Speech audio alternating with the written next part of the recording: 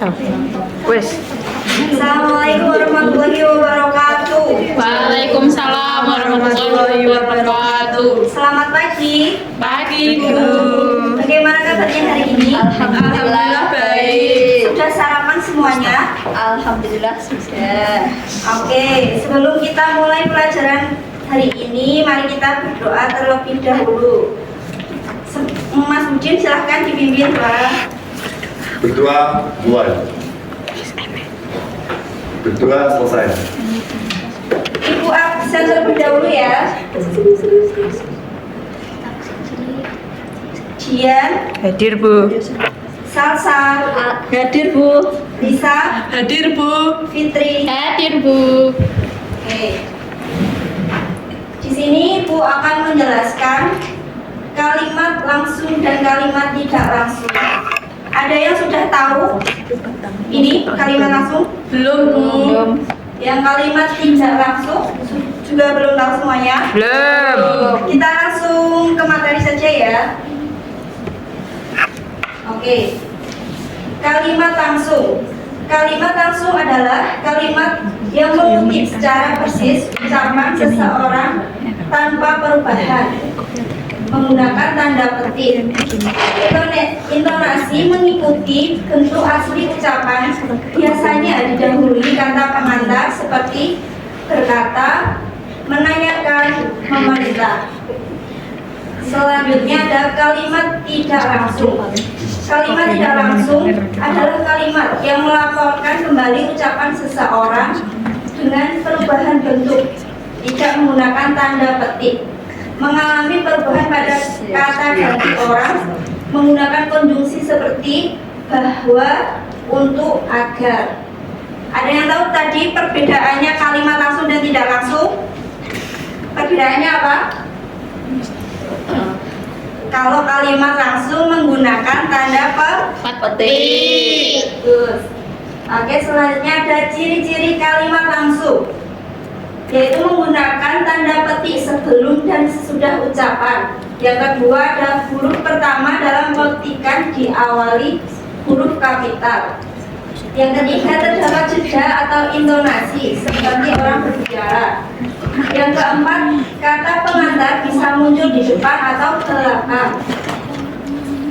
Ya, selanjutnya saya ingin Mbak Salsa membacanya, silahkan. Ciri-ciri kalimat tidak langsung. Yang pertama ada tidak memakai tanda petik. Kedua, mengalami penyesuaian kata ganti saya, dia, kamu. Yang ketiga, dapat menggunakan kata bahwa untuk menghubungkan kalimat. Yang keempat, bentuk kalimat lebih formal dan runtut. Oke, terima kasih Mbak Salsa. Jadi Ibu jelaskan lagi ya, ciri-ciri kalimat tidak langsung itu ada: satu, tidak memakai tanda petik. Yang kedua, mengalami penyesuaian kata ganti, saya menjadi dia dan kamu menjadi ia. Yang ketiga, dapat menggunakan kata bahwa untuk menghubungkan kalimat. Yang keempat, bentuk kalimat lebih formal dan runtut.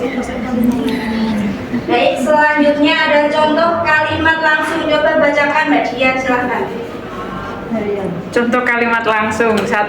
Saya akan belajar malam ini, kata Rina. Yang kedua, ayah berpesan jaga kesehatan selalu. Yang ketiga, guru berkata besok kita ulangan harian. Ya, contoh kalimat langsung ini ya. Ada saya akan belajar malam ini, kata Rina. Ayah berpesan jaga kesehatan selalu. Yang ketiga ada guru berkata besok kita ulangan harian. Selanjutnya ada contoh kalimat tidak langsung. Contohnya ini, Rina berkata bahwa ia akan belajar malam itu. Yang kedua ada ayah berpesan agar kami selalu menjaga kesehatan. Yang ketiga ada guru mengatakan bahwa kami akan ulangan harian keesokan harinya. Tadi coba Mbak Fitri, gimana contoh kalimat langsung? Kayak gimana tadi? Kalimat langsung kayak gimana tadi? Bisa? Lupa Bu, Mbak Fitri nggak mendengarkan tadi. Lupa ya, ini diulangi lagi ya. Contoh kalimat langsung. Saya akan belajar malam ini. Berarti ada tanda Petik. iya. Yang kedua coba Dibaca lagi.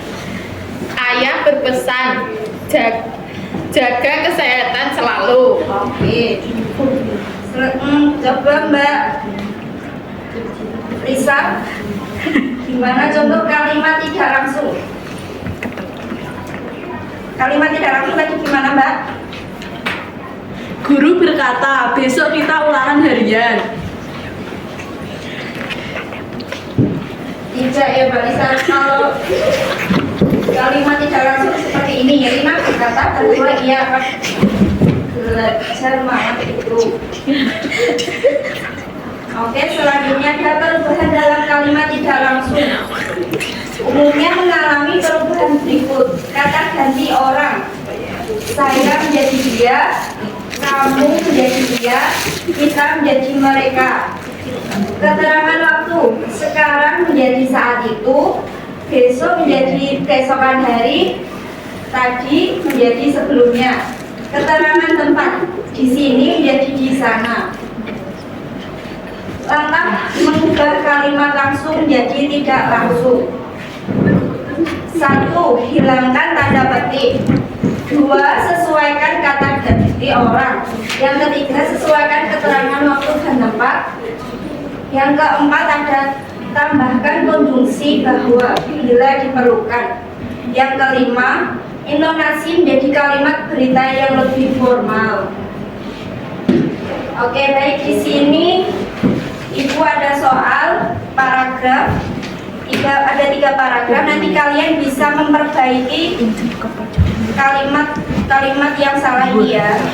Saya bagikan dulu ya.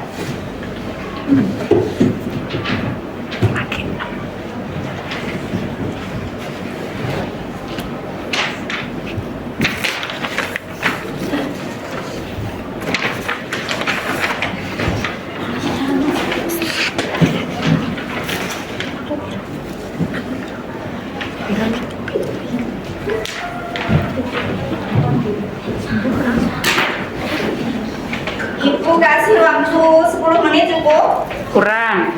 Berapa menit? 20. Ya, silakan dikerjakan terlebih dahulu.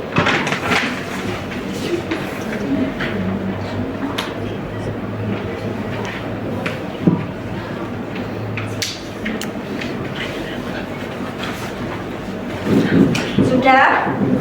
Sudah, Bu. Oke, ini yang paragraf pertama Ibu bacakan terlebih dahulu ya. Suasana rapat koordinasi panitia malam pentas seni terasa tegang. Semua anggota panitia inti berkumpul di aula kecil, mendengarkan arahan dari ketua panitia dan dikenal sangat disiplin. Ketua panitia menggarisbawahi pentingnya ketepatan waktu dalam setiap sesi. Coba Mbak Salsa, nomor paragraf 1 apa yang salah? Paragraf 1. Ya. 2 kalimat di paragraf soal yang penulisannya kurang tepat. Kalimat pertama adalah kalimat langsung, yang kedua adalah kalimat tidak langsung. Kesalahan pada kalimat langsung pertama adalah tentang cara menaruh tanda baca, koma, dan titik. Sementara itu, kesalahan pada kalimat tidak langsung kedua lebih parah, yaitu mencampur 2 aturan sekaligus. Kalimat tidak langsung tidak boleh pakai tanda petik, tapi kalimat itu malah tetap memakainya. Oke, terima kasih Mbak Salsa. Iya. Oke, selanjutnya Ibu bacakan yang kedua. Bacakan yang paragraf kedua ya. Ia menuntut semua laporan harus sudah berada di meja saya tepat pukul 2 siang. Pernyataan ini sontak membuat sesi perlengkapan Rina terlihat khawatir. Rina berbisik kepada rekan di sebelahnya bahwa ia kesulitan menghubungi vendor tenda besar. Setelah mendengar keluhan itu, Ketua Panitia kemudian menyampaikan sebuah pengumuman yang mengejutkan. Coba paragraf yang kedua Mbak Fitri, perbaikan kalimat langsung. Gimana? Kalimat ke-1 yang benar adalah ada petiknya Bu, ia menuntut. Terus semua laporan harus sudah berada di meja saya tepat pukul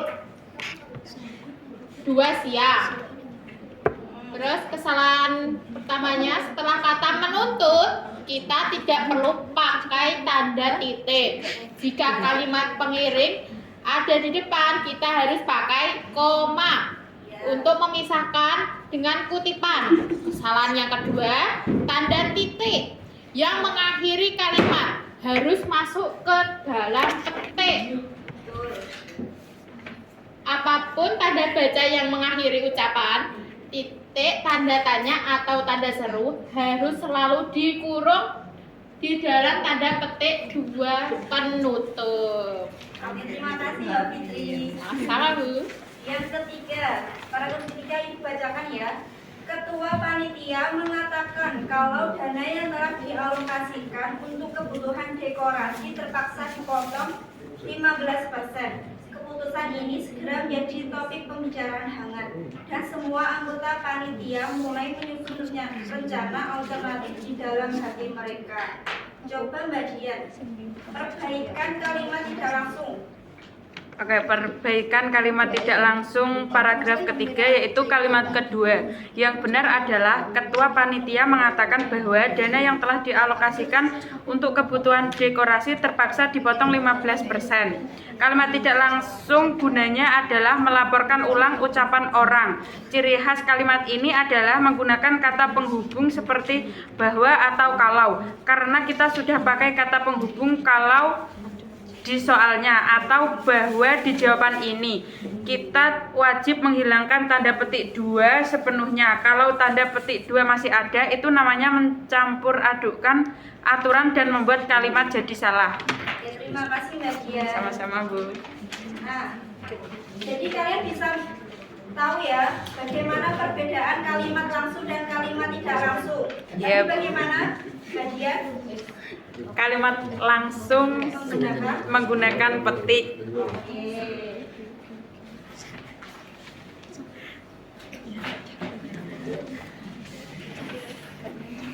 Jadi kesimpulan yang Ibu kasih materi tadi, kalimat langsung adalah kalimat yang mengutip ucapan seseorang secara apa adanya dengan menggunakan tanda petik dan tetap mempertahankan gaya, intonasi, serta emosi penuturnya. Kalimat tidak langsung adalah kalimat yang menyampaikan kembali ucapan orang lain dan susunan kata yang sudah diubah tanpa tanda petik dan biasanya menggunakan kata penghubung seperti bahwa serta mengalami perubahan kata ganti dan keterangan waktu. Baik, terima kasih atas waktunya. Sampai jumpa di lain waktu. Kami Ibu tutup ya. Assalamualaikum warahmatullahi wabarakatuh. Waalaikumsalam warahmatullahi wabarakatuh.